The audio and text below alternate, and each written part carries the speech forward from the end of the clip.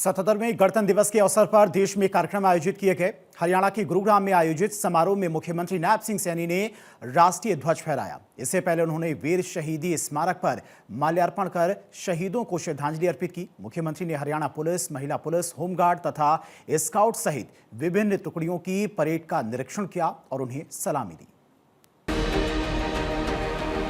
मुख्यमंत्री नायब सिंह सैनी ने अमर शहीदों, स्वतंत्रता सेनानियों, संविधान शिल्पी बाबा साहेब डॉक्टर भीमराव अंबेडकर और संविधान सभा के सभी सदस्यों को नमन करते हुए कहा, वंदे मातरम और आत्मनिर्भर भारत के संकल्प से ओतप्रोत ये गणतंत्र दिवस हमें देश की एकता, सांस्कृतिक गौरव और स्वावलंबन की भावना का स्मरण कराता है। विविधताओं से भरा हमारा राष्ट्र सदैव एकता के सूत्र में बंधा रहा है, जिसकी झलक वंदे मातरम के 150 वर्षों के गौरवपूर्ण उत्सव में दिखाई देती है। देश के यशस्वी प्रधानमंत्री श्री नरेंद्र मोदी जी के विकसित भारत के संकल्प को पूरा करने के लिए गति से आगे बढ़ रहा है। हमने गत विधानसभा चुनावों के दौरान अपने संकल्प पत्र में 217 संकल्प लिए थे। उनमें से 54 संकल्प हमने पिछले एक साल में ही पूरा कर लिया है और 163 पर काम जारी है।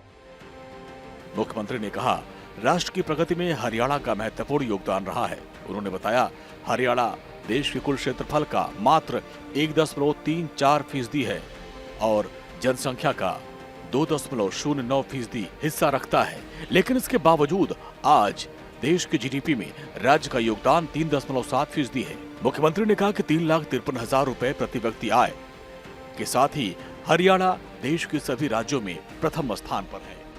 भाइयों बहनों, मुझे बताते हुए खुशी भी है कि हरियाणा प्रति व्यक्ति जीएसटी संग्रहण में देश में प्रथम स्थान पर है।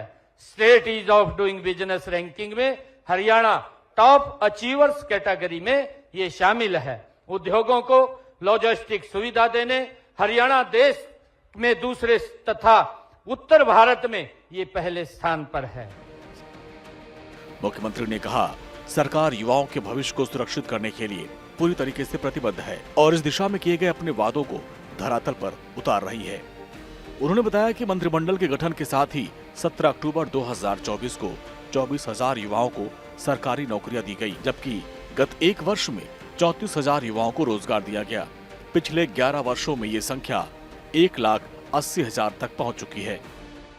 साथियों, हमने केवल सरकारी नौकरी ही नहीं बल्कि रोजगार सुरक्षा पर भी काम किया है। हमने कानून बनाकर हरियाणा कौशल रोजगार निगम के तहत कार्यरत युवाओं के भविष्य को भी सुरक्षित किया है। साथियों, प्रदेश के युवाओं को रोजगार सक्षम बनाने के लिए 1,14,000 युवाओं को कौशल प्रशिक्षण भी दिया गया है।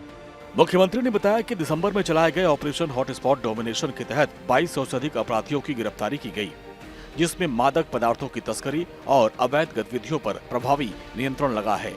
इसके साथ ही पिछले वर्ष चलाए गए नशा मुक्त हरियाणा अभियान के अंतर्गत 6,000 से अधिक गिरफ्तारियां की गई और नशा तस्करों की लगभग 12 करोड़ रुपए की मूल्य की अवैध संपत्ति को जब्त किया गया, जो सुरक्षित और सशक्त हरियाणा की दिशा में सरकार की ठोस प्रतिबद्धता को दर्शाता है।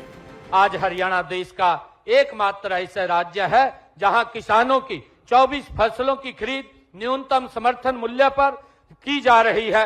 यह मेरे किसान भाइयों के पसीने का सम्मान है। अब तक 12 लाख किसानों के खातों में फसल खरीद के सीधे 1,64,000 करोड़ रुपए डाले जा चुके हैं। साथ ही अब किसानों की फसल का पैसा एग्जिस्ट गेट पास कटने के 48 घंटे के अंदर दे दिया जाता है।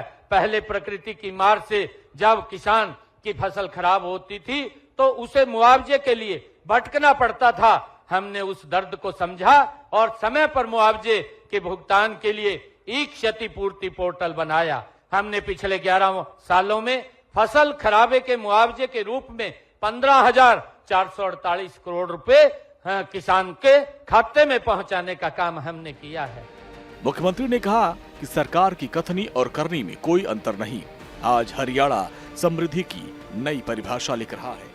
जनता का शासन, जनता के लिए, जनता के द्वारा के मूल मंत्र को आत्मसात करते हुए हरियाणा प्रदेश प्रधानमंत्री नरेंद्र मोदी के विकसित भारत के संकल्प के साथ ही कदम से कदम मिलाकर तेजी से आगे बढ़ रहा है।